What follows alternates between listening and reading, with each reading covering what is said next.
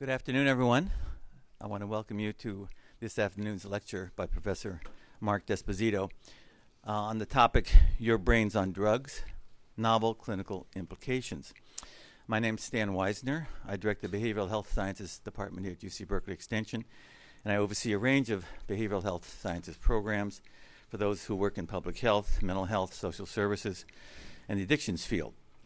You'll find our catalog, brochure, and other materials that you've hopefully picked up on your way in. We have also a very topical program on neuropsychological assessment, which is right in line with what we're talking about today.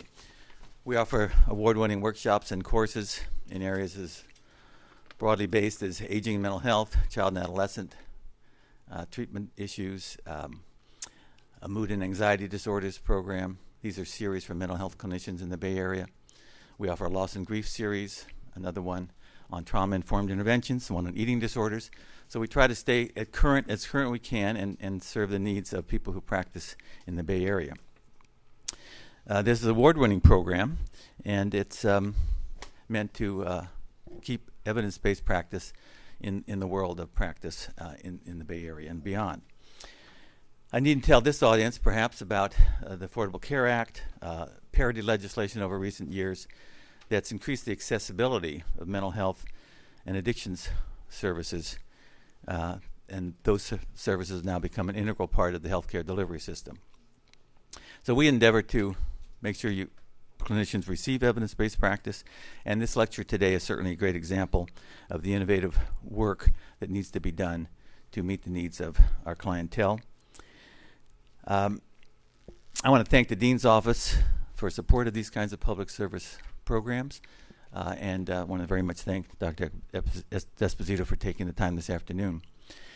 So my next task is literally to introduce Professor Desposito. He's a professor of neuroscience and psychology and the director of the Henry H. Wheeler Jr. Brain Imaging Center here at UC Berkeley. Dr. Desposito is also an adjunct professor of neurology at UCSF and an attending neurologist at the Northern California VA. Until 2000, he was a professor of neurology at the University of Pennsylvania School of Medicine. I looked at his very large resume, and he's not that old, so he's been at this for a while. But there were two items I wanted to pull off of it. First of all, he was included on the list of best doctors in America, and he was also, in 1987, the class president at his SUNY Medical School. So he has some other interest beyond just the work he does as a researcher. He served on several national and international scientific panels and serves on numerous editorial boards. He's also been an ad hoc reviewer in 51 journals. I counted them, including Science and Nature. He's the PI on numerous NIH and other grant-funded research and continues to do groundbreaking research using brain scanning techniques. He's edited or published several books, including The Neurology of Cognitive and Behavioral Disorders, and has co-authored over 300 articles and chapters. He's also had time to teach both graduate and undergraduate students at this university, and we're very pleased to welcome him today to UC Berkeley Extension. So with that, I will pass the mic on. This is being taped, as you know, and he will be taking questions during and after his presentation. So thank you all for coming. Do I use this or just? Oh, I'm just using my own. Great. That's amazing technology. Well, thanks so much. If I don't kill myself here, we should be good. It's a real pleasure to be here. And as you heard, I'm happy to take questions as we go. I certainly don't want to find 30 minutes into it that something wasn't clear. So stop me. If I'm looking down, just shout out and I'll answer your questions. We should have plenty of time to ask some questions afterwards.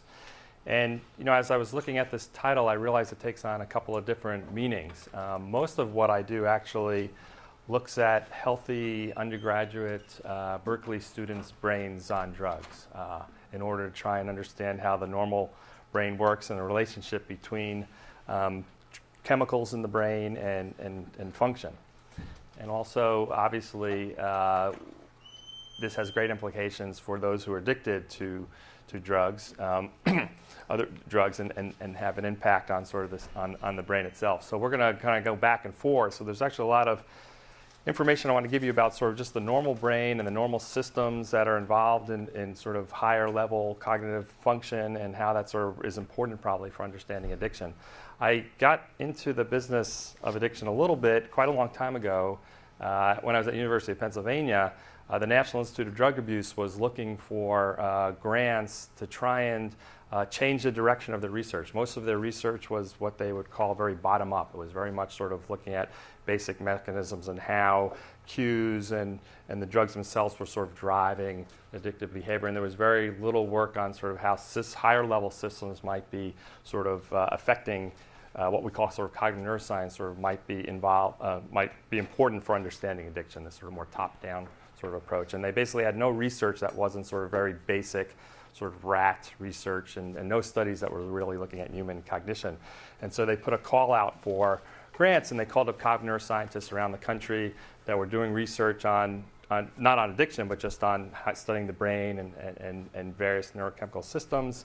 And they invited us all to sort of put in applications to potentially fund this. And so I did, and it got a very terrible review because it said this has nothing to do with addiction. And what the Institute did was actually pulled all of those applications where they said this has nothing to do with addiction, and actually funded them all, because that's exactly what the ones they were looking for. They were looking for the ones that were bringing in sort of novel ideas that the addiction side of the Institute hadn't really thought about in the past. So there was a number of us who sort of were able to sort of bring in some ideas with that. We're really being blind to what addiction was. And where I started was trying to understand the dopaminergic system. And so in the brain, there are a number of different brain transmitters. The major ones are norepinephrine, serotonin, dopamine. Fourth one is acetylcholine. These are all these are brain chemicals that are made in the base of the brain, in the brainstem of the brain. And these neurons that synthesize these neurochemicals project up to the cortex and to the subcortical regions of the brain, and they help promote, they basically are modulators of cortical function. And each of these transmitters presumably have different roles to play in how they modulate brain function, and there's a lot of research just trying to understand sort of what the individual differences are between these systems, and actually haven't made a ton of progress, because there's still sort of slides like this where many things are being attributed to these different transmitters in sort of a vague sort of way. And there's clearly overlap. So you'll hear things like, serotonin is related to impulsive behavior or anxious behavior, and norepinephrine is a chemical that's important for alertness, and dopamine's involved in reward. And we hear these, at some level, these things are true, and there's certainly ways in which these neurotransmitters act sort of together. But sort of the goal of my research has been trying to understand specifically the dopamine system, and I'll explain to you why, and trying to understand what role does this play in modulating brain function, and can it lead to sort of novel interventions, novel treatments for diseases and disorders that may be a dysfunction of the system. And the punchline is that addiction is clearly, in my mind, a dysfunction of the dopaminergic system. So I think to sort of start off by sort of walking you through sort of the dopaminergic system, telling you something about it, and telling you what I think its role is and how the brain, how it modulates brain function. And it's all going to be within this context of sort of understanding behavior as this cycle between top-down and bottom-up processes. So we are in any kind of behavior we do, any kind of goal, any kind of goal-directed behavior relies on sort of top-down processes. What I mean by is we guide our behavior based on intentions, based on rules, based on goals, and we use that to sort of make decisions every day. And we're constantly bombarded by lots of bottom information, lots of information that's coming at us and entering our nervous system, whether we want it to enter or not. But we need to select what's relevant. We need to suppress what's irrelevant. And because there's this top-down control that we all have, we are able to sort of be guided by what we want to do, and not guided by just by what is entering our system in a bottom-up way. And these neurotransmitters, whether it's acetylcholine or dopamine or norepinephrine, modulate these top-down and bottom-up processes. And dopamine in particular, the story I'll tell, is very important for modulating sort of the highest level type processes, these really top-down, which I'm going to call frontal cortex-mediated processes. Like I said, dopamine is one transmitter. This is a side view of the brain here. The brainstem is down here.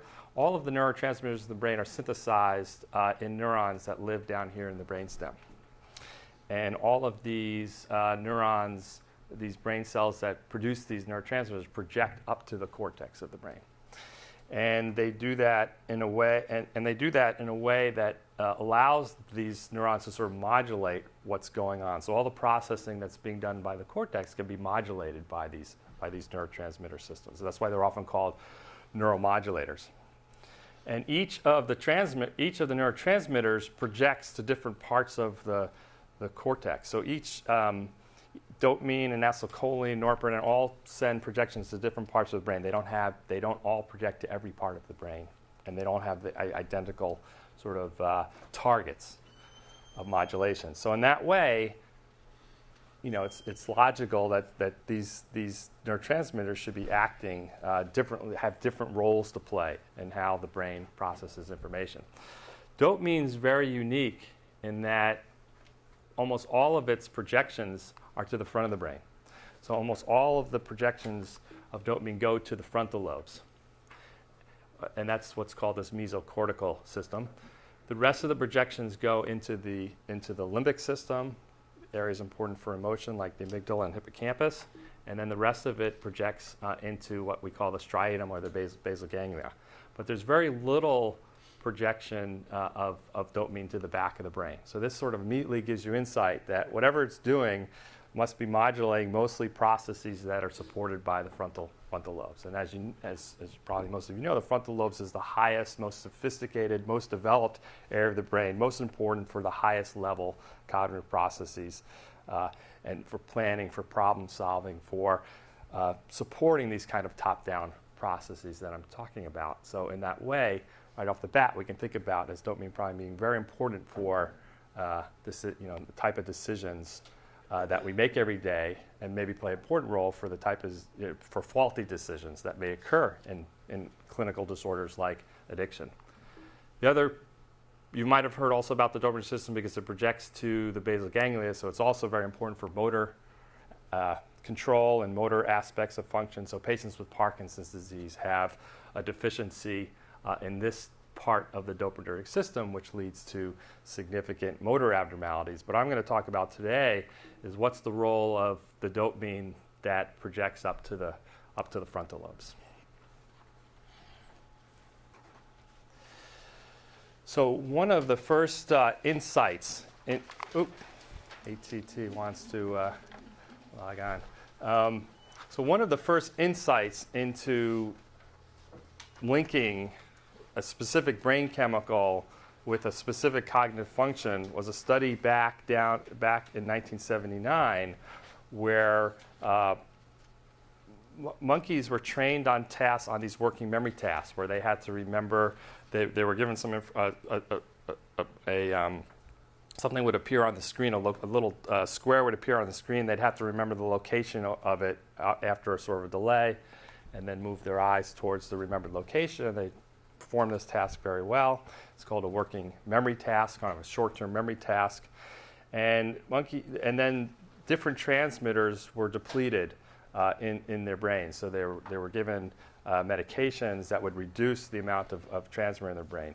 And so what I'm showing you here is these experiments in which they either decrease the amount of dopamine in their brain, they either decrease the amount of norepinephrine in their brain, decrease the amount of serotonin in their brain, or they actually put a small lesion in the frontal cortex. And then they looked to see how they performed on this working memory, short-term memory task after they had depleted this neurotransmitter system. And so this axis here is how well they do. So this would be perfect, 100%. And this is actually different tasks with different delays. Either they had to wait 20 seconds before they responded, or 40 seconds, or 60 seconds. So they get worse as you get a longer delay. But what they found was only dopamine depletion impaired them on working memory. If you depleted norepinephrine, just completely wiped it out, or you depleted serotonin, there was no change in their behavior at all. But if you depleted the amount of dopamine in the brain, they couldn't remember any information. You put something up on a screen and it was gone. They couldn't remember it just a few seconds later. And that was as bad as if you were actually were to take a part of the frontal cortex and put a lesion, damage it. So they had these severe impairments on working memory, short-term memory tasks just by depleting this one neurotransmitter. And it was very selective. It wasn't just that they had, their brain chemistry changed. They had their brain chemistry changed in a very specific way, because if you changed the norepinephrine or you changed the serotonin, no effect, dopamine. So this was the first link of really any neurotransmitter and a specific cognitive process. Up to this point, really, like I said, the sort of relationship between brain chemicals and behavior was a very fuzzy one. And this is not very fuzzy. This is a very specific sort of relationship between what this transmitter may do. And another way to sort of link this sort of dopamine and working memory was by recording from neurons within the frontal cortex. And these little spikes here are just the activity of neurons within frontal cortex of a monkey over time. So they're given sort of a cue to remember, something to remember. Then there's that delay period, and then they're tested on what they're supposed to remember.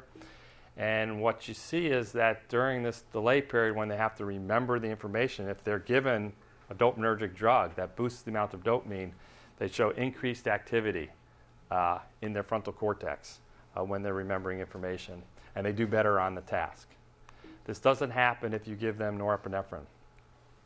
So combining with the other experiment and this experiment suggests that that dopamine seems to be important for holding on information in mind, and it can be boosted by giving more dopamine, and it can be impaired if you give less dopamine. And so, this is not a task that seems to be very important for everyday life, right? So put a stimulus up here and then remember it 10 seconds later. When do you do that every day, right? I mean, this is sort of an artificial psychological sort of experiment. But if you think of the concept of holding information in mind, this is everything we do, right? That's what we do all the time. You can't understand a single word I'm saying if you can't hold information in mind, because you'll forget you'll forget the beginning of the sentence by the time I get to the end of the sentence. So working memory, if you think working memory is the most important, probably cognitive process that I can think of. It's sort of a building block for all of cognition. All we do is maintain information online without that information there, whether we're trying to remember a phone number, whether we're keeping the rules in mind when we're playing a game, whether we're trying to keep in mind information as we're driving around. That's what we do. We hold information in mind. The frontal cortex, the frontal lobes are you need your frontal lobes to do that. And obviously, from these initial studies, you need dopamine. You need dopamine to do that. Dopamine seems to boost our ability to enhance our working memory. Yeah. How did they give the monkeys more dopamine? They do it. There's two ways. In this one, they actually poured the dopamine directly onto the neuron.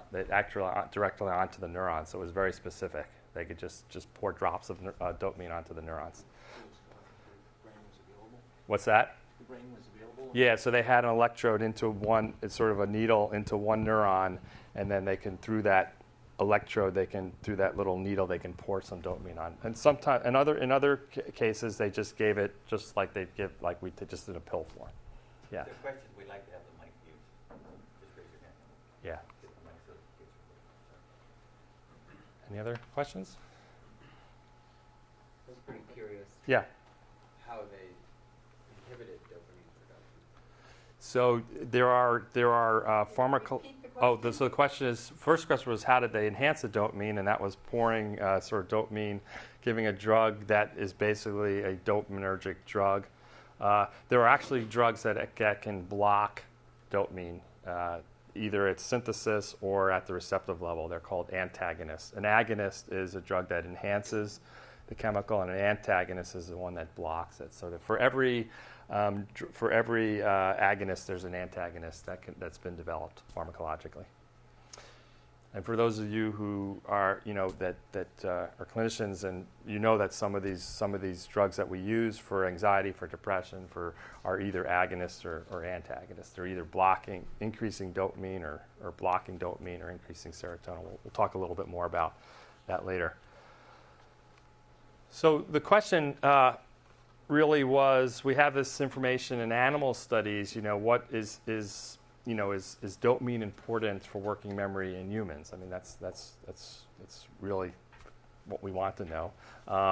We can measure working memory in lots of different ways. One of the ways that we measure working memory is something called the reading span task. Basically, a participant will see a sentence appear on the screen, or they'll listen to one. We can do it either way.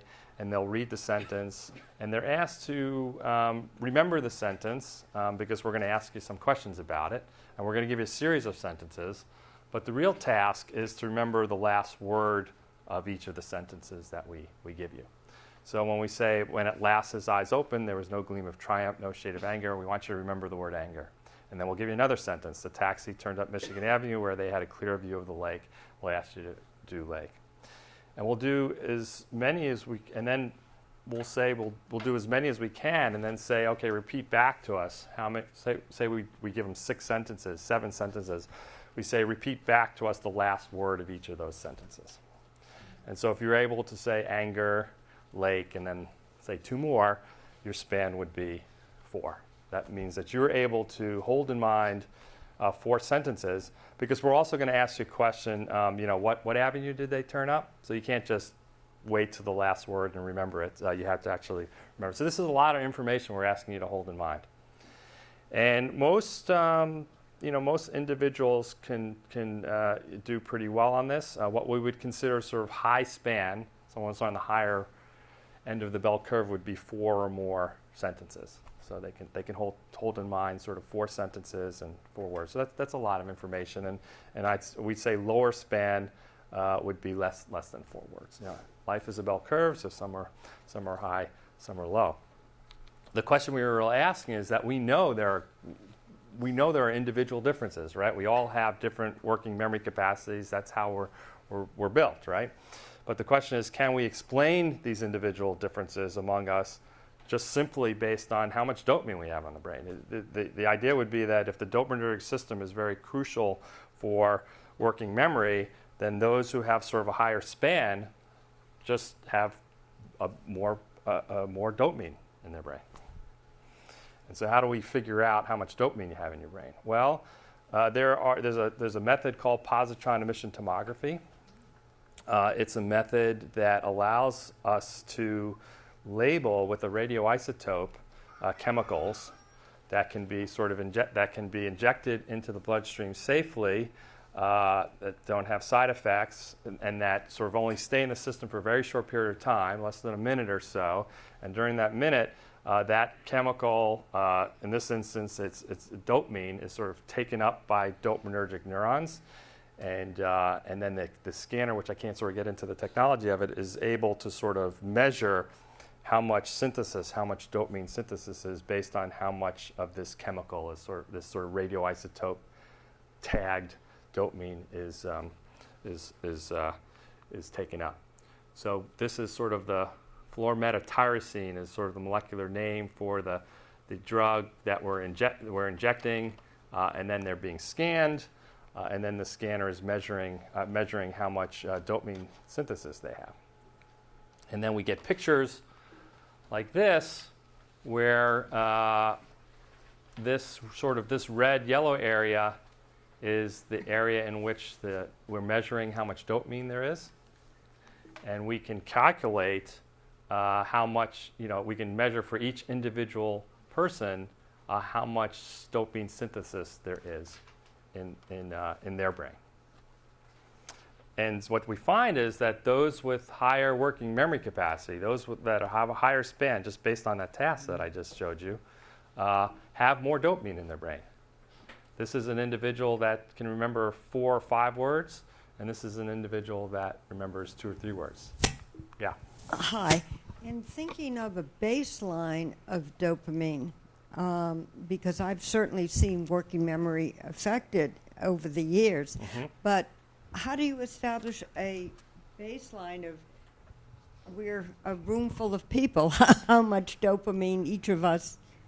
Yeah, so that's sort of the point, that there's no baseline. There's a bell curve, and so I guess you can consider the top of the bell curve as sort of the baseline, and that if you look at sort of the average, it's about 4. We remember about 4. If I say to you, remember these numbers 4, 3, 7, 1, 5, 0, 6, and I give it to 1,000. I give that test to 1,000 people. About 4 items is what the baseline. That's sort of what our baseline and that is. Would be a baseline for dopamine? No, that's just sort of a baseline behaviorally that the average person holds on to about 4 bits of information. Right, but I was asking how Yes. you establish that. You don't know, yeah.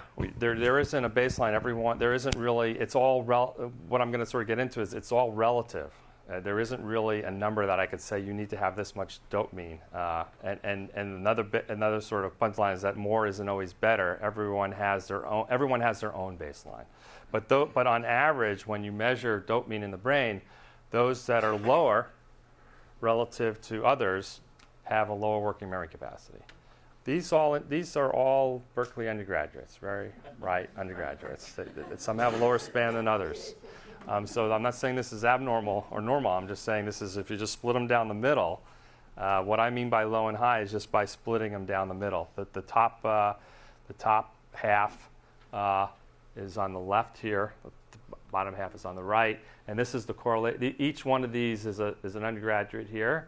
Dot. This is what their span is, so it ranges from 2 to 4, and this is how much dopamine they have. So there's a very strong correlation between the two. The higher their span is, the higher their working memory capacity, the more dopamine they have in their brain.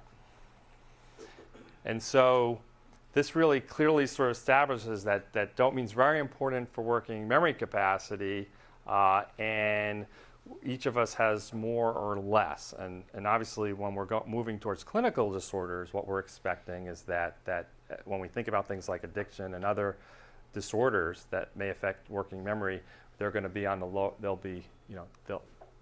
They'll have a pathological reason to be lower than even our lowest individuals. So another way we can kind of try and make this link between what dopamine does in the brain to the healthy brain is to actually look at medications that we use in our patients, Parkinson's disease patients, and look at their effects in healthy undergraduates. So dopaminergic drugs, agonists, have been prescribed mainly for Parkinson's disease. Parkinson's disease has a reduction in the amount of dopamine in the brain. They have these neurons degenerate over time in Parkinson's disease, so they lose dopamine slowly over time. And what we do as neurologists is try to replace their dopamine with drugs that are basically synthetic dopamine that we're putting into the brain. And so this is just a list of. There's a whole host of different medications that we can give that will boost dopamine in the brain. And these drugs are very effective in Parkinson's. The kind of tremor and the shuffling of their gait and the shaking really does, and the slowness does get better when you boost their dopamine, because it's acting on those dopamine motor systems. But the question here is whether we can boost sort of what about boosting dopamine in the frontal cortex? Does that make your working memory better?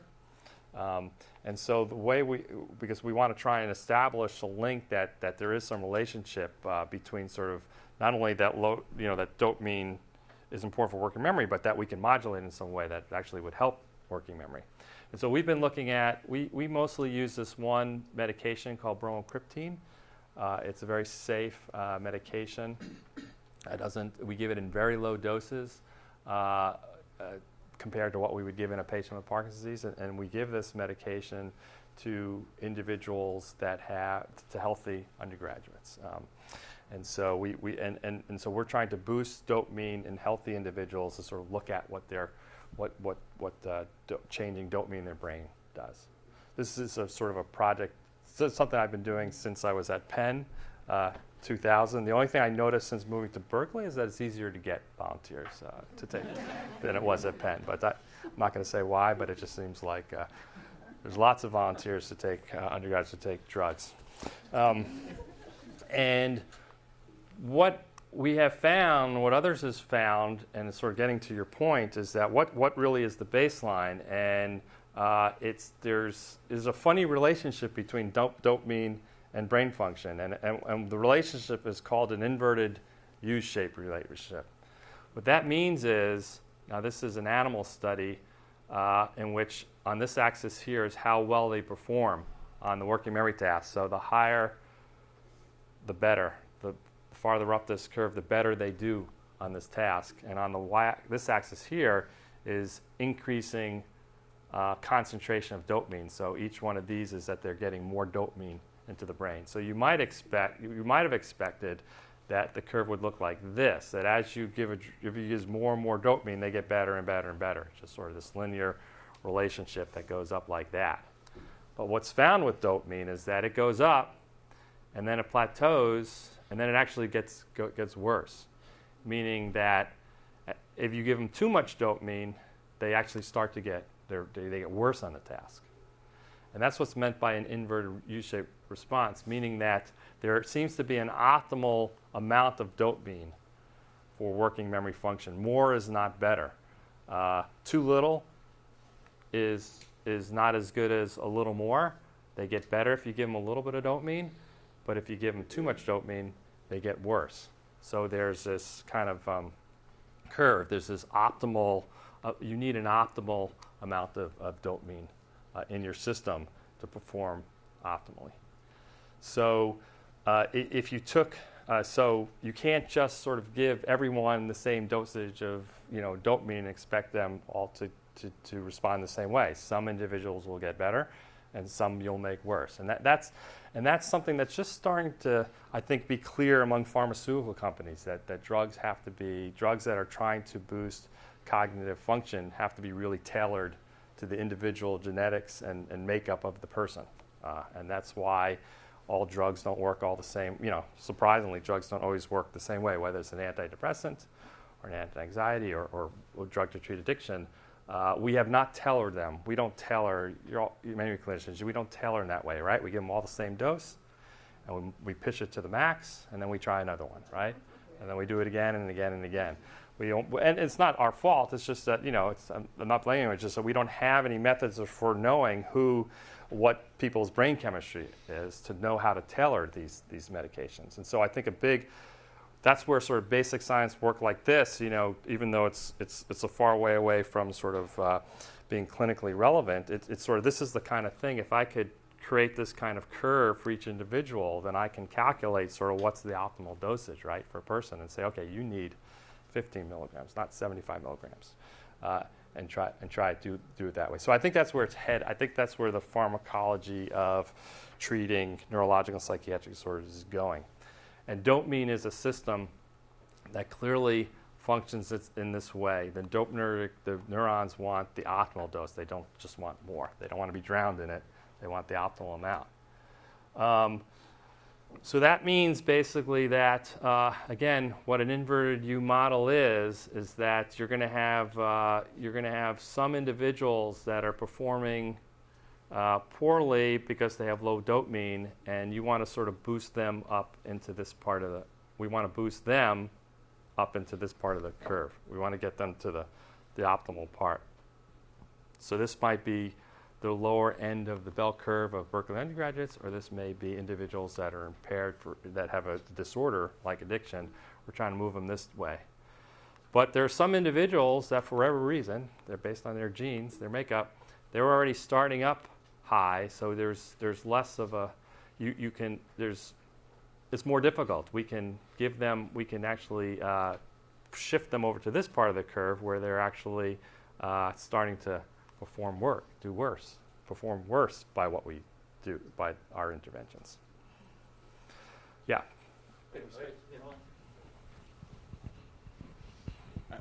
Have you speculated on why that is? Well, yeah, I guess I could speculate, but there's no. I guess the easiest answer is that it just is what it is. This inverted U is a very common sort of physiological phenomenon in lots of different systems besides the dopaminergic system, and I think a lot of it has to do with sort of basic signal to noise issues, on sort of that the system can sort of optimize signal and minimize noise by being this type of system than one that just sort of has no boundaries. So I think it's really just a system to sort of maximize what neurons are trying to do. The brain's trying to do is sort of maximize, keep out noise and optimize signal. And so that's what the dopaminergic system is trying to do, trying to maximize the signal. And so so the question really is then, is this true again in our healthy undergrads? I mean, if we take the individuals that have lower span now that we just measured on that task, and we give them a dose of a dopaminergic drug, can we shift them up into becoming better on the working memory task? And the ones that have higher span, if we now give them a dopaminergic drug, will we actually make them worse? That would be what we predict, if this is all real as opposed to just something in the petri dish.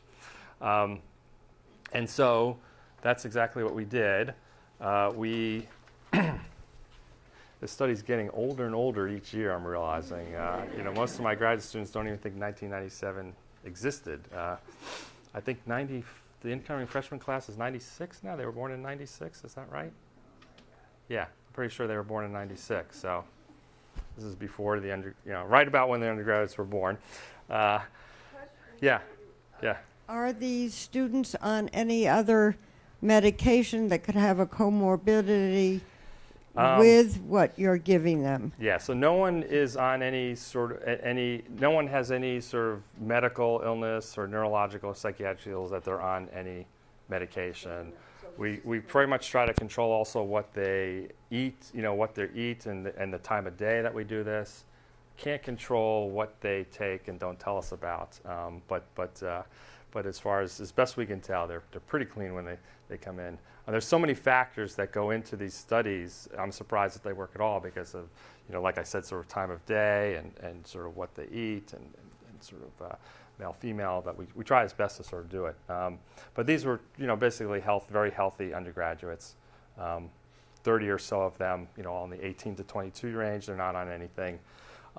They're getting, so the way the study goes is you get two dosages. They're blind to it. They get on one day they get a dose of bromocriptine, and then they're tested on these working memory tasks. And then on one day they're given a placebo and they're tested, and they don't know which one it is, and they don't get any side effects from it, and they don't even know if they're they afterwards when you talk to them, they don't ever really know which was the drug and which was the placebo.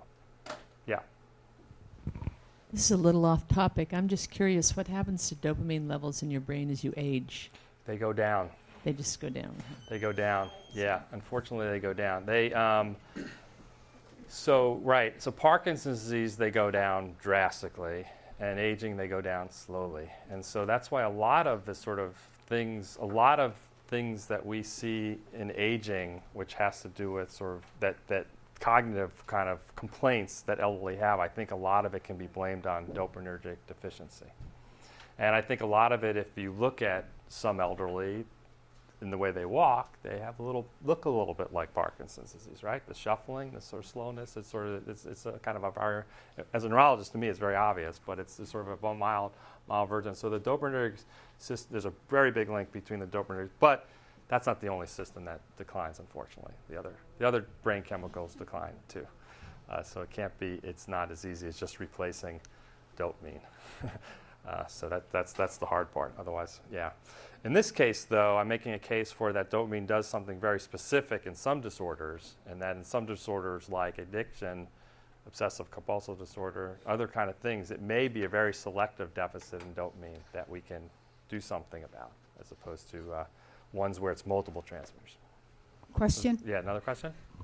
How long does it take time-wise for you to see a change in the students, the Oh subjects' yeah, right. behavior? Right. So these medications have a very short half-life. So within they are tested about an hour and a half after they take the medication. So within an hour and a half, it's having its full effect, and then after 5 or 6 hours, it's dissipated.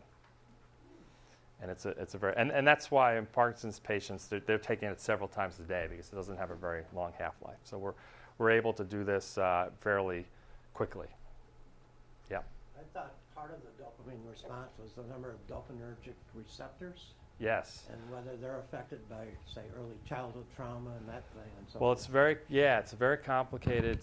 The dopaminergic system is a very complicated story. I have this thing called D2, which I'm not mentioning here. There's two main types of dopamine receptors: D1 receptors and D2 receptors, and they have different concentrations in different parts of the brain. The D2 receptor is more in the basal ganglia, the D1 is more in the frontal lobes, and they have sort of synergistic action. So yes, a lot of sort of the changes are not necessarily going to be because of the dopaminergic themselves are a problem, but the receptors are the problem. And I think actually most of the disorders it is, like you said, at the receptor level and not at the neuron. They have the right amount of dopamine being synthesized, but the receptors are affected. But in a way, that's sort of better because you can maybe fix receptor problems, but you can't always fix, when you don't have any dopamine being synthesized, it's a little bit harder. So yeah, there are really interesting relationships with receptors. Yeah. Do you test if they have all these students who come before they take the dopamine, do they have a basal working memory? Do you do those tests before you start? Yes. And the second part of my question is, do they get conditioned to this test that they know what to expect, so their second test or third test is always much better than their first one? Yeah, so how do you control? So there are lots of tests that have practice effects and learning effects, and you can't do repeatedly. Working memory capacity is exactly that. It's your capacity. It's inherent. It's intrinsic. It doesn't change. You can give them this. You can test their capacity multiple times, and it'll be very similar each time. And if they're having a bad day, you wake them up in the middle of the night, yeah, sure. They're sick, but basically our capacity, you can't, well, I shouldn't say you can't change it because you can sort of change, there are ways of sort of making it better, but it's very stable across when we do this kind of thing. So it can't be explained just purely by them practicing. And then we do it in different orders too. Sometimes they get the drug first and the placebo, then they get the placebo and the drug, so we mix it all up. And so what this is showing here is that this is how well they're doing on these working memory tasks, these frontal lobe tasks. This is their performance here on the placebo, and this is their performance on the bromocriptine.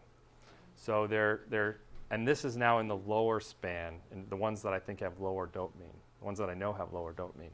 So they get significantly better on this task.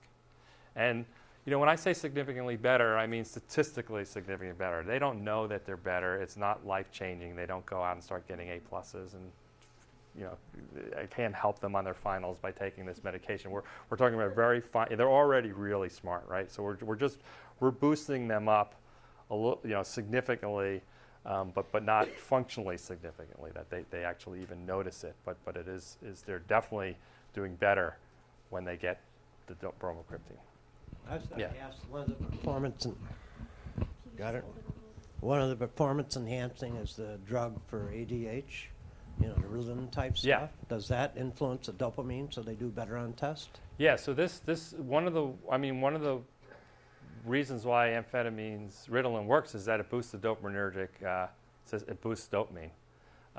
We've never used Ritalin in our studies because it also changes norepinephrine as well, and so we can't learn anything about dopamine if you can't tease it apart from norepinephrine. So, but if you did this exact same study with Ritalin, you get the same effect.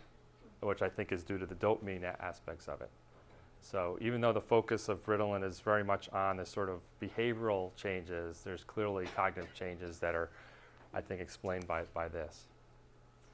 And so then the other question is, you've got now these higher span subjects that start off a lot better on this, just baseline on placebo, and now when we give them bromocriptine, we made them worse. They do worse on the tasks after boosting their dopamine than the other subjects. And so what you see here, I'm basically sort of showing this inverted U, right? There's sort of this, you boost up the lower ones that have less dopamine. If I boost them up, they start to do better. But if you take individuals who already have sort of an optimal dopamine, you give them just a little dopamine, you've sort of made them worse.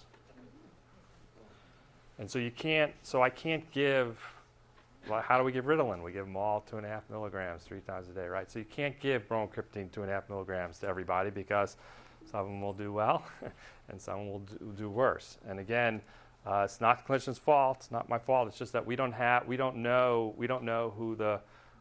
an easy PET scan's a $3,000 test where we're injecting a radioisotope. You have to go up to Lawrence Berkeley Labs. It's a big deal, right? We don't have that we had a simple way to sort of knowing who was who, to sort of know what their brain state was. Then we can target our medications, but we don't. And so that's where I think, again, pharmaceutical company, where it's going, is to try and tailor, as you've probably heard, try and tailor drugs to individuals, because this group is going to. We could boost this group. I'm not saying that this group doesn't have room to go. They've got room for improvement. It's just that dose is not going to improve them. Yeah. Is there any sort of disorder where the people already have too much dopamine and then their performance is low because they start off with that much? Yeah, that's interesting. You know, most of the disorders have been proposed to not having too little. It may be, though, that some disorders have, like schizophrenia, may actually have too much. May have too much. Yeah. And so there's going to be for every disorder that we think. Yeah. For disorder, there's some disorders where we're going to want to boost, and some disorders where it's an overactive system where we're going to want to get them back into the optimal doses. And most of the schizophrenic drugs are dopaminergic blocking drugs that are doing exactly that. Antipsychotics are dopaminergic blocking that to try to bring dopamine back down to an optimal amount. So again, sort of putting them back on this curve, right? We've moved sort of the low spans, lower dopamine individuals up into sort of an optimal point of this curve, and we've moved these guys sort of down. But if you, so let me just stop. Is there any questions about that? We're good? Okay. So one little bit is that it's really the role of dopamine. I've simplified it quite a bit, and it's obviously a lot more complicated than that. And it's kind of evolved. I just wanted to give you sort of a taste of more of where sort of it's going, so we can make a link back to sort of why it may be clinically relevant. As I said, there's sort of two main dopaminergic systems here. There's one that's sort of going to the frontal lobes, and there's one that's going to sort of the basal ganglia. And it's turning out that sort of even this basal ganglia system that seems to be important for just motor systems probably is also important for cognition as well. And there's kind of developing this model where boosting dopamine in these different parts of the brain have different effects on different aspects of cognition. So when we remember something, there are two things that have to happen. If you're holding in mind something like, on your way home, I have to stop and get some milk. There's two things there's one thing is that I have to maintain that information in a stable way. I can't let things distract me, right? So if I'm going up the Arlington, I've got to stop at the market. I can't be distracted by the wine shop and stop there. I gotta put that out of my mind and go right for the milk, or I'm going to be in a lot of trouble. So you have to keep those representations, that what I'm holding in mind can't just disappear as soon as I'm distracted, right? And so part of one hypothesis is that what the frontal cortex does is able to block out distracting information, is able to keep information in mind, block out distracting information, and so that we can be stable, that we can be cognitively stable and not distracted. But we also have to be flexible, right? If we were not able to sort of update representations, then every time I drove up to Arlington, I'd stop to get milk, even when I wasn't supposed to, right? Because I'd be stuck in this sort of set. I wouldn't be sort of flexible. So I got to be able to update. So tomorrow, my wife says, you don't have to get milk. I won't get the milk, and I'll sort of flexibly sort of get rid of that information. I'll get rid of yesterday's information and move on. So that we also have to be flexible. So there's this kind of evolving idea that dopamine, by boosting dopamine in the frontal lobe, it allows information that we're holding in mind to stay put and not be affected by distraction. And by dopamine being increasing in this basal ganglia, it allows information to be updated. And there's this constant back and forth between updating and maintenance, and so that allows us to be cognitively stable and not distractible and flexible and inflexible. And this plays out, even though I'm talking about this in very cognitive terms and mechanism terms, it relates to sort of what we think about behaviorally of individuals being distractible, not distractible, flexible, not flexible. It's the same system, I think, that plays into the kind of behaviors that we see in our patients that are either stuck, not stuck, distracted, not stuck, flexible, not flexible. I think a lot of it is based on how dopamine modulates this system. And we can kind of prove this with another method that we use. So the studies I've been telling you, we give dopamine and we just test them on tasks. Well, another thing we can do is we can give them a dopaminergic drug and we can put them in the MRI scanner. So how many of you heard of functional MRI? Is it a term that you've heard of? Functional MRI is just a fancy MRI technique that we have over across the street that allows you to image the brain while someone is doing a task and actually look at the brain activity. Most MRI scans that we order clinically are just looking at a picture of the brain. Do you have a brain tumor or don't have a brain tumor?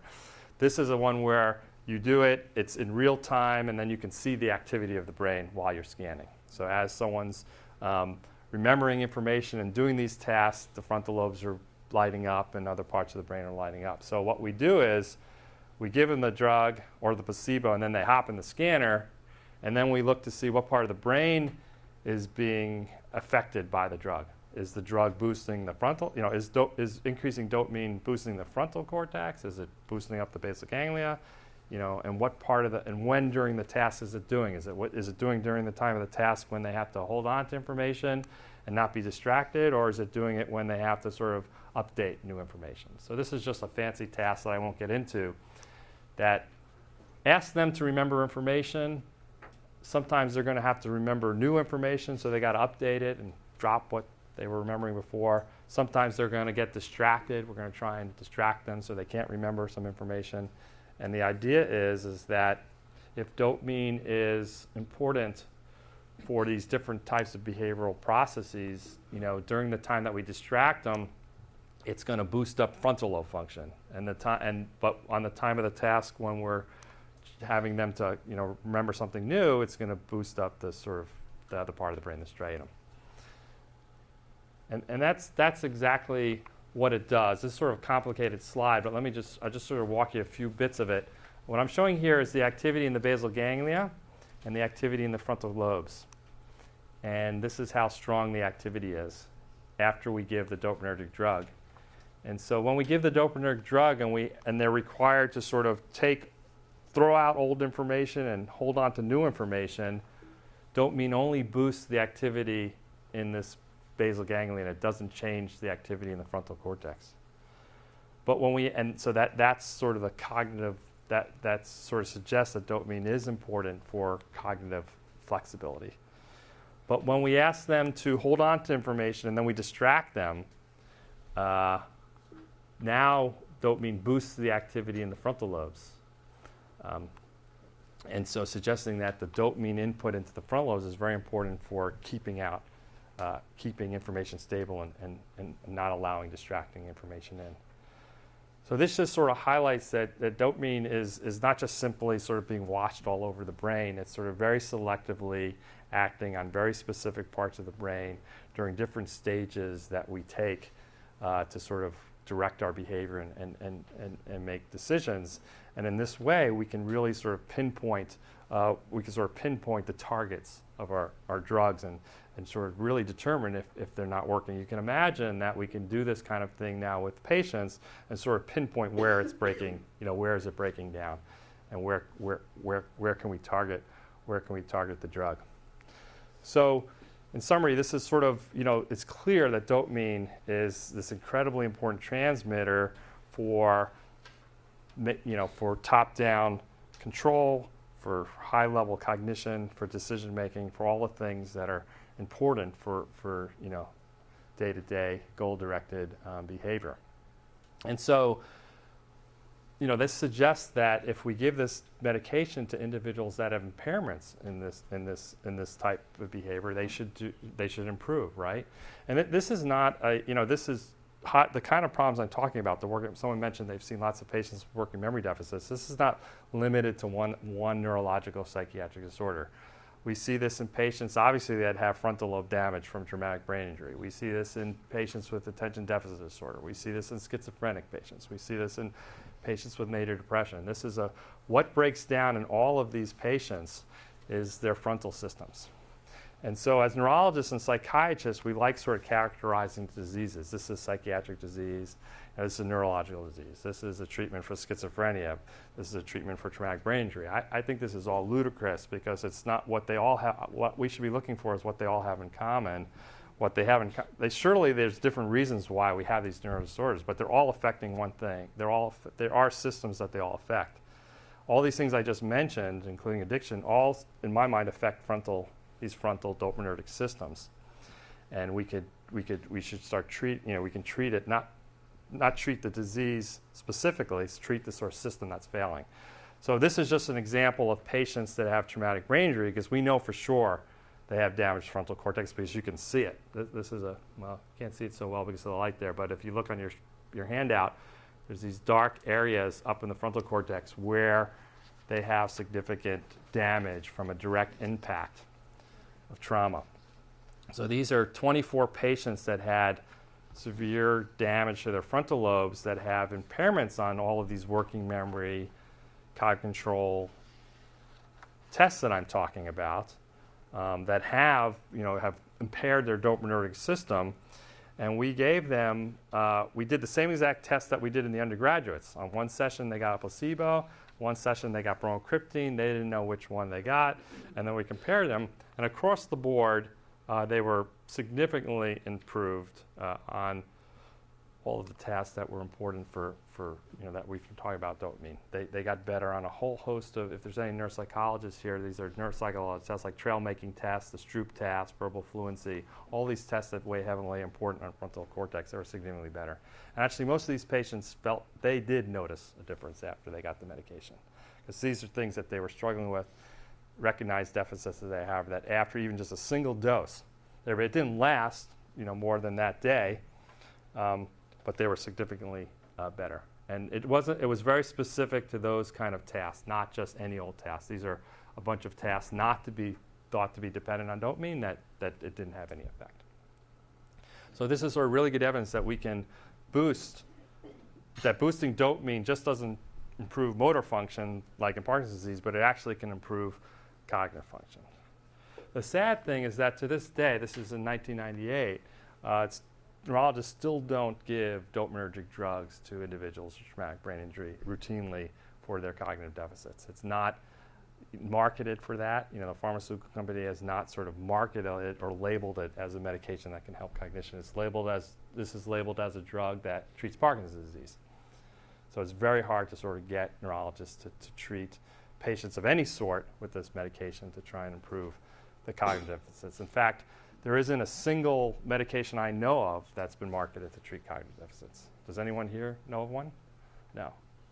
And here's one. And I don't know how many years ago was this that we showed this. So there are drugs out there that can improve cognition. It's just not in the mainstream yet. And I'm not totally sure why. Excuse me. Yeah.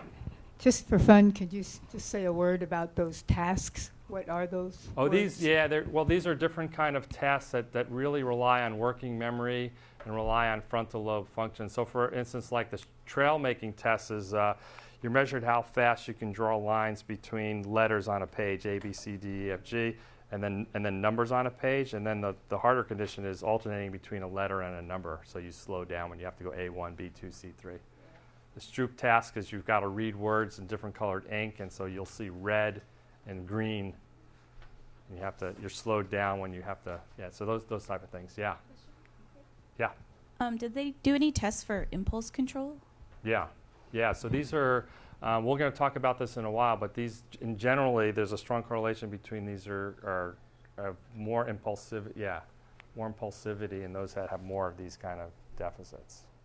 So they do have a lot of problems with impulsivity, Quote, you said you're, quote, not really sure why, unquote, the drugs aren't prescribed. And I wonder where in society's functions you suspect the failure is to move forward with this information and to make it an actualized reality. Yeah, most of it's at the pharmaceutical companies because they're in business to make money. And so if there was a way for them to make money on giving bromocriptine to traumatic brain injury patients, then it would be happen. And also it's very expensive to sort of do, in order to get the FDA to sort of approve it, then they have to go through a whole trial, which is sort of very expensive. So a lot of the failure is just because the way the FDA is and the system is, it's very hard to market drugs for non-marketable indications, Well, if there was a parent who had the appropriate qualifications if there was a parent who had the appropriate qualifications to prescribe this and their child they realized was fit this model, parent is interested in doing what they can to help their child, they might help their child. And intelligent people throughout society don't have to depend on someone else to motivate their actions to move forward. Your thoughts, please. Yeah, so what happens is there's, so say your child had a concussion or a sports injury or has ADHD, and you've heard that if they give them a little bit of dopamine agonist, they're going to improve on these tasks. Finding a physician to do it is difficult. There's me, and there's another person at UCSF, and there's a few buried in university settings. And the average practicing neurologist, because on the label, it doesn't say that. It's hard to get them to take the chance of doing it. So that's been the problem. In Yeah.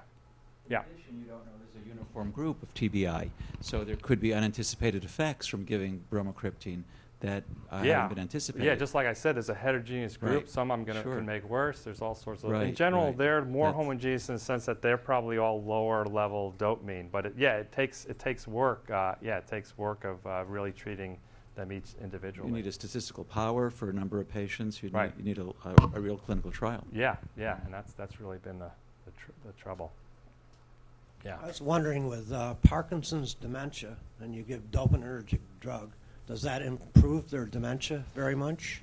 Not really, because patients with Parkinson's, when they develop dementia, they often develop concurrent Alzheimer's disease, which is, or they start to fail in other transmitter systems like acetylcholine, so it doesn't have as big of an effect. It does help them. If you study patients on and off their medications, they're better on all these tasks when they're on their medications than when they're off. And they notice that, yeah. What's the effect on obsessive compulsive disorder? There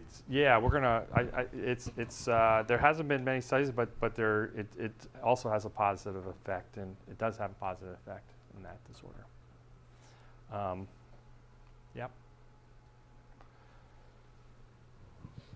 So this was kind of a very long setup for addiction, but I think, if we think about, like I was saying, when I got into this 15, 20 years ago, a lot of the sort of emphasis, we knew that dopamine was important for addictive behaviors many, many, many years ago. This is not a new topic. We knew, like I say below, that dopamine release occurs in the brain in response to rewards, like food, water, sex, or any drug of abuse. We know that even the cue that's associated with the reward will trigger dopamine release in the brain. We know that chronically taking drugs of abuse produce sort of extreme hypersensitive drug-related cues. This is what we've known for a very long time. And this is more of what I'm talking about, sort of the bottom-up side of addiction. And so this is what the NIDA, National Institute of Drug Abuse, this is all that they were doing, was trying to understand this sort of squirt of dopamine in the brain, what it's doing to sort of trigger addictive behavior. And I think what they were asking at the time is, well, that's one part of addiction we have to tackle, but there's also pretty faulty decision making, right, in addicts. And decision, I've just spent a long time telling you what I think the neural basis of decision making is, and what can be top down, what we can control, as opposed to what we can't control. And so they really wanted to know about what is it? Can we improve addiction and help sort of by getting the other side of it, if we boost up sort of this part of the system, we can certainly try to block the bottom-up part. We can take the cues away and try to prevent craving and sort of remove all the stimuli, all the bottom-up stimuli. Remove everything. Remove the alcohol. Just sort of do everything you can to sort of not have any bottom-up sort of any kind of trigger. But can we do it the other way? Can we just say, well, that's not realistic. You can't get through life with removing everything, everything that's possibly going to lead to relapse. But can we do something by boosting sort of top down? Can we sort of prevent relapse and improve faulty decision making and decrease the impulsivity that we see sort of in our patients? And so can we do? And so the question is that can we do this by boosting the dopaminergic system? And so there's been a really interesting kind of the way cognitive neuroscientists are sort of tackling is with this delayed discounting task. Has anyone heard of this sort of task? It's sort of a really neat task in that, it's this idea that you just simply give subjects a choice. Do you want $75 today or $100 a week from now? And you keep varying it. And you can actually plot out this curve because we all discount a little bit, right? We at some point, if it's too far in advance, we're going to take what's now, right? We can't delay gratification forever. If you're going to give me $1 million 34 years from now, I'd rather probably take $1 million now. So we all discount, we all delay gratification, but we don't do that much. We actually don't do normally. We don't do that very much. But if you look at addicts, they have this crazy they have this kind of curve in which they really reduce their value of delayed rewards is really decreased. They almost always will want something now instead of something later, and you can actually plot this with a mathematical function. There's this kind of curve where they're going to take less now than more later, regularly,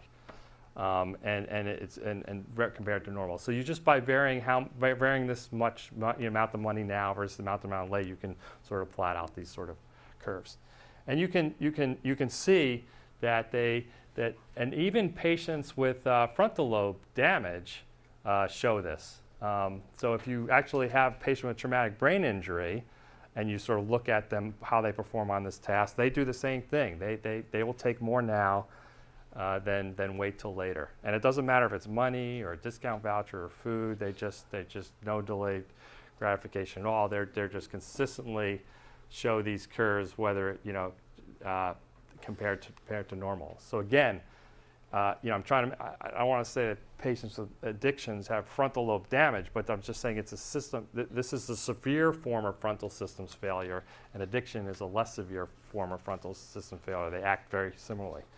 So if you take this task, you can create this ratio. You can basically calculate, okay, do this like 100 times, vary the amount of money sooner than later, ask them which one they want, and then you can calculate this impulsive choice ratio. So how many times do they say they want the sooner choice? They want something less now instead of more later. And so the bigger the number this is, the bigger this ratio is, the more they're sort of saying, I want more now and less later. And this is a group of abstinent alcoholics, and they have significantly increased number of choices, wanting things now. They're much more impulsive and saying, I want it now. And it does. And every group that they've done this on those addicted to opioids, addicted to amphetamines, addicted to nicotine, addicted to cocaine, pathological gamblers, sex addiction, it doesn't matter. They all show the same behavior on this very simple sort of task. Across the board, they're similar. So I think that's sort of another punchline. I'm not saying, I think the system failure is the same regardless of what the addiction is. I don't view it as being different brain systems. So this is what it looks like. And it's very much related to, and you can relate this back to how much activity they have in the frontal cortex. Those patients that have less activity in frontal cortex show more of this, I want less now. It's directly tied to their frontal lobe activity. And it's also directly tied to how much dopamine they have. I can't sort of get into this, but genetically, there's different genotypes that you can assess in individuals. And this one genotype, which is called a Val-Val genotype, they have the least amount of dopamine in the brain. These are just healthy individuals. And the less dopamine you have in your brain, again, the more impulsive your choices are. And then just sort of to end it, if you give dopamine, this is a dopaminergic drug we didn't talk about, but tocilizumab, but if you give this dopaminergic drug and you give them this task, you make them better. They make less sort of impulsive, more now, less later choices.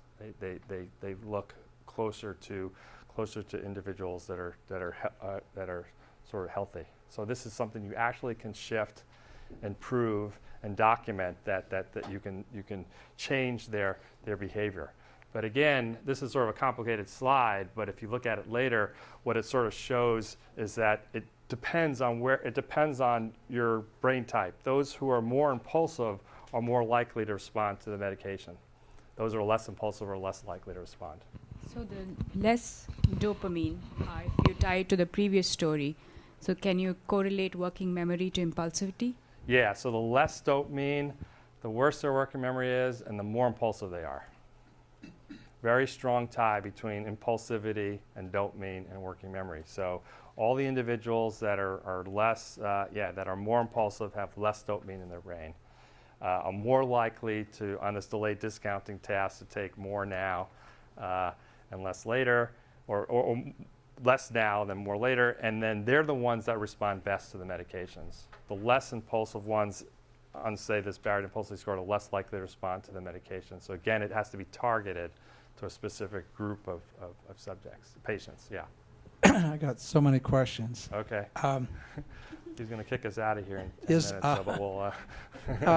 Is sex an addiction? Or what's the difference between sex and, or food or whatever, versus you guys can addiction? Answer better than me, but I'm defining addiction as that is it's imperative refrain from anything that may lead to despite its serious consequences.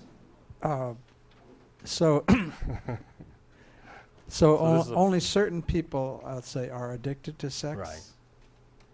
And because they're more impulsive. You recognize them because they're.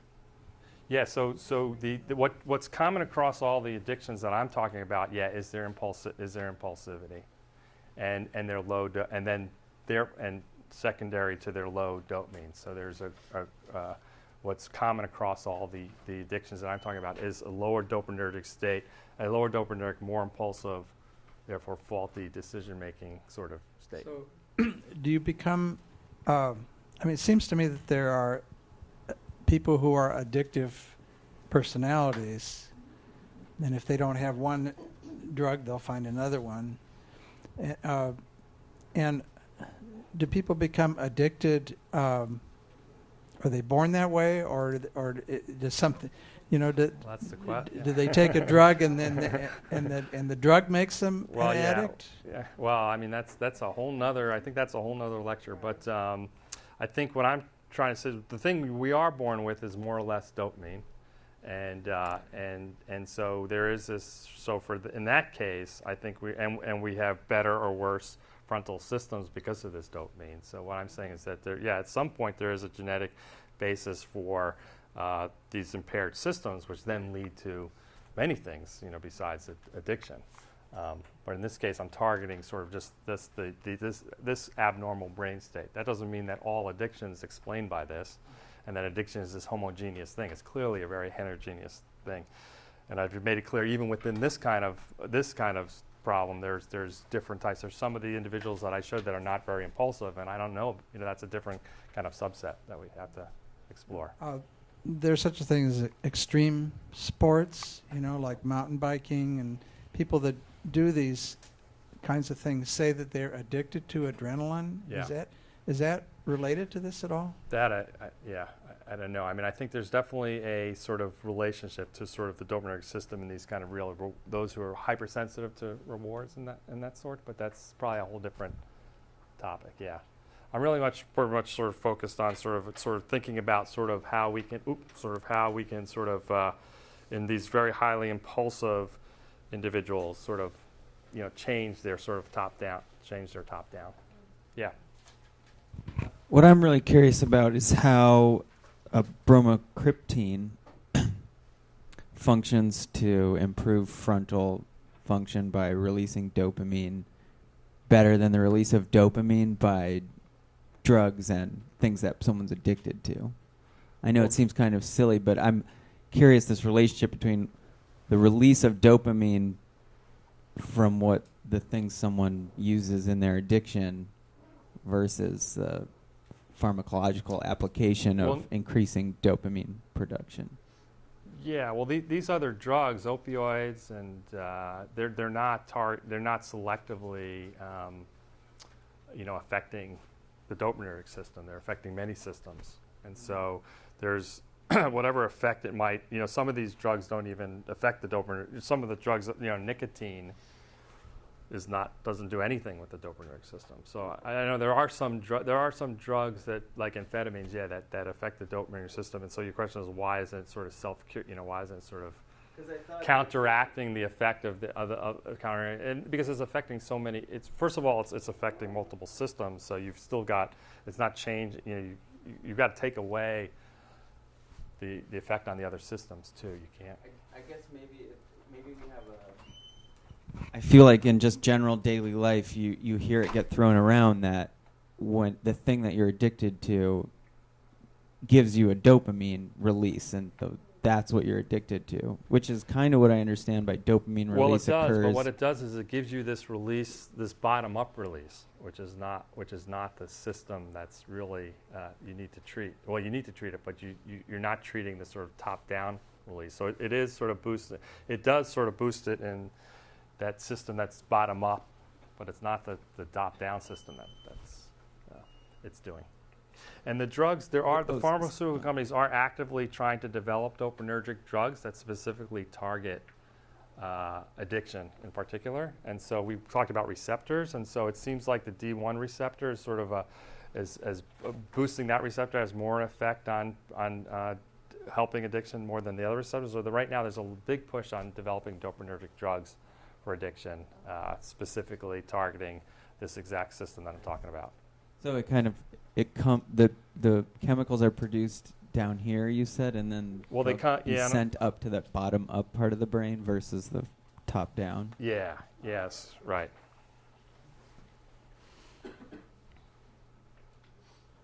Has bromocriptine been used in addiction medicine? No.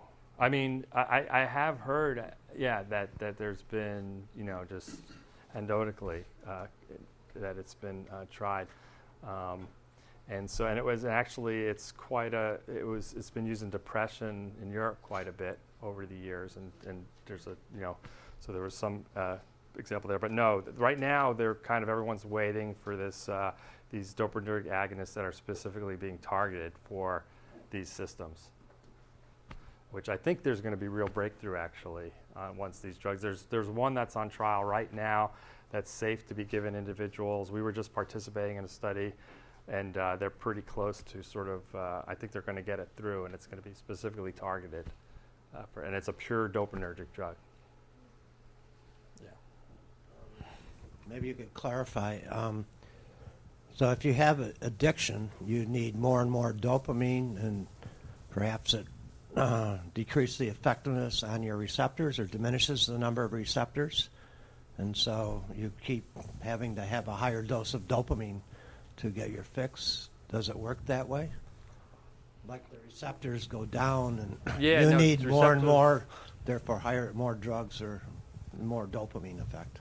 Well, it's, as I said, it's very convoluted. The sort of dopamine you're getting from the drug, if you're on a dopamine, like I said, most drugs are not acting on a dopaminergic system that we're addicted to. But if you're taking a drug that you're addicted to, like cocaine, that does affect dopamine, it is sort of boosting sort of part of the dopaminergic pathway, this sort of bottom-up sort of part that's sort of increasing your reward sensitivity and your response to cues and your reactivity to the cue and everything like that. But it's not having any effect, So what these other drugs are doing are trying to target these systems up here, which will then boost your sort of top-down control so that when you're trying to make a decision, should I take $10 now or $1,000 next week, the system allows you to make a decision that's more rational, that of course $1,000 next week is a much better choice than $10 now, and that's only going to come from the part of the brain that makes those decisions, which is the frontal lobe, and the cocaine's not acting on that system. And so that's why just even bromocriptine, I'm not so sure how effective it would be, because it's not targeting the exact receptors that are in the frontal cortex as selective as these new drugs that the pharmaceutical companies are working on. Yeah. If I wanted to stay on top of the pharmaceuticals developing these drugs, where would I look? I don't know, because it's really hard for me to even find out what they're doing. They're very secretive, and they don't sort of give you almost any information until they're sort of out. So we've been trying for years just to try and get a hold of the compounds, just so that we could study them, and they won't even, they have numbers and letters, and they don't tell you how they work, and you can't really get in. So it's just been really in the last 6 months. But the National Institute of Drug Abuse is keeping track, NIDA is keeping track of them, and so on their website they've been trying to keep track of what ones are out there and in trials and what's coming, because they're very interested in the pharmaceutical companies. They're starting to partner with the National Institute of Drug Abuse to sort of test these drugs. Yeah. Is there any euphoria linked to these drugs? Well, I haven't seen the sort of results, but apparently not. Same thing with like bromocriptine. There's very little. Where'd that come from? That question. Yeah, there's very little of that kind of effect. Yeah, that kind of effect. Yeah. Students, undergrad, smart drugs. You said the students really couldn't tell how much better they did on their test, but they were objectively, measurably better. And I wonder if you track what the general student populace is doing in their knowledge of bromocriptine as a possible smart drug and their desired and actualization of acquiring it. Well, I mean, most of what we do, from this slide here, most of what this is linking to is using these drugs for things like depression, right? What the best antidepressants are ones that boost serotonin in the brain, right? And things that boost alertness and arousal are norepinephrine drugs, and dopamine, I've told you, can boost sort of certain behaviors as well. But yeah, so one side of it is trying to treat clinical behavioral abnormalities, but where I think the drug and obviously the drug companies are very interested in depression, anxiety, and everything, but they're also very interested in sort of the smart drug. But that's going to be the problem for them is how to regulate it once it becomes just something you can buy over how do you regulate giving drugs to individuals that don't have a disorder? So, but that's where there's numerous ways in which these drugs can probably help healthy individuals, and that's a really tough road that we're going to go down, because it's going to be, we're going to know, I know right now that if I took bromocriptine any day, I'd probably do better on a lot of things, but I don't take it. And so it's going to, and I don't recommend anybody taking it. So. Well, you've certainly done well by us. Is there one last question? Is it short? Yeah, go ahead. I just have one question about addiction. I thought, and correct me if I'm wrong here, that if you have an addictive drug, and I thought most drugs acted on dopamine, and maybe not opiates, but like certainly cocaine you mentioned, I thought most addictive drugs acted on dopamine. That was my first thinking. And secondly, isn't it what happens that you just get a flood of dopamine to your brain from these drugs, and then your brain is basically hijacked and it has to sort of reset the levels and can in some cases not produce as much dopamine, so people go into depression. Is that technically what happens? Yeah, I mean, I think you're right. I mean, I didn't mean there are a lot of. I mean, there are a lot of drugs. All I meant to say is that there are a lot of things that we're addicted to that don't act on the dopaminergic system. But certainly, a lot of the drugs like amphetamines and cocaine are dopamine. But it's not necessarily the dopaminergic system that's sort of the reason why they're addicting. But yes, and then the dopaminergic system does react to sort of the drug. It's sort of this crazy cycle where it's reacting to what the drug is doing behaviorally, right? And then there's this sort of the cycle that what happens and what happens, the behavior then triggers the dopaminergic system. So yeah, it is a system that gets juiced up by almost everything. And so the only way I think to dampen it is sort of take this sort of top-down approach, because it is a system out of control in a lot of ways. Yeah. Well, I'm sorry, I know there's several other questions. Your questions have been great, and I want to thank Dr. Mark Desposito for coming and giving this extraordinary background on the research he's doing and its implications for practice. So thank you all for coming. Have a good evening.